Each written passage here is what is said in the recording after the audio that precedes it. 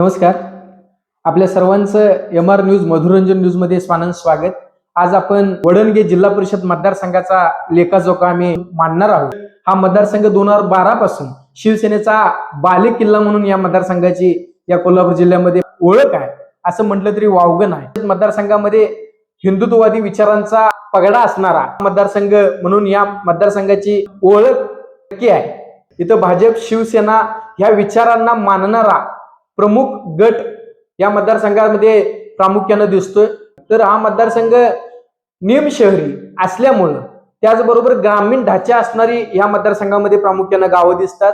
या मतदारसंघाची मतदारसंख्या बघितली 35,805 इतकी या मतदारसंघाची मतदारसंख्या आहे. त्याचमध्ये प्रामुख्यानं पुरुषांची संख्या बघितली तर 18,333 आणि महिलांची संख्या बघितली तर 17,472 अशी मतदारसंख्या प्रामुख्याने दिसते. हा मतदारसंघ गेले अनेक वर्ष या मतदारसंघामध्ये भगवा फडकताना दिसतोय.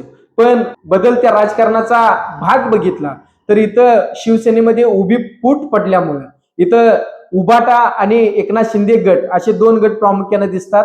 याच्यामुळं या मतात विभागणी झालेली नक्की दिसते. त्याचबरोबर या मतदारसंघामध्ये राष्ट्रवादीचा गट ही आहे, त्यामध्येही दोन गट पडल्यामुळं या मताची गोळाबेरीज बघितली तर कुणाच्या पत्त्यावरती पडणार यावर पुढची राजकारणाची गोळाबेरीज अवलंबून आहे असं म्हटलं तरी नक्की.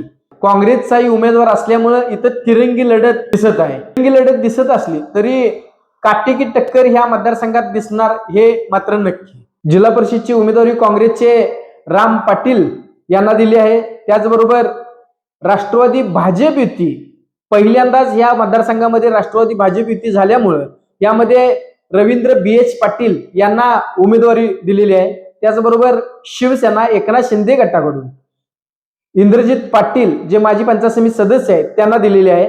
त्याचबरोबर ह्या मतदारसंघामध्ये अपक्ष उमेदवार इंद्रजित जयसिंग पाटील हे अपक्ष म्हणून निवडणूक लढवत आहेत.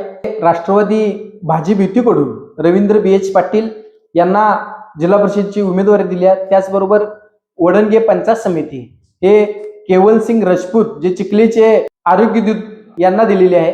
त्याचबरोबर खुपिरे पंचायत समिती आशा प्रवीण पाटील यांना दिलेली आहे.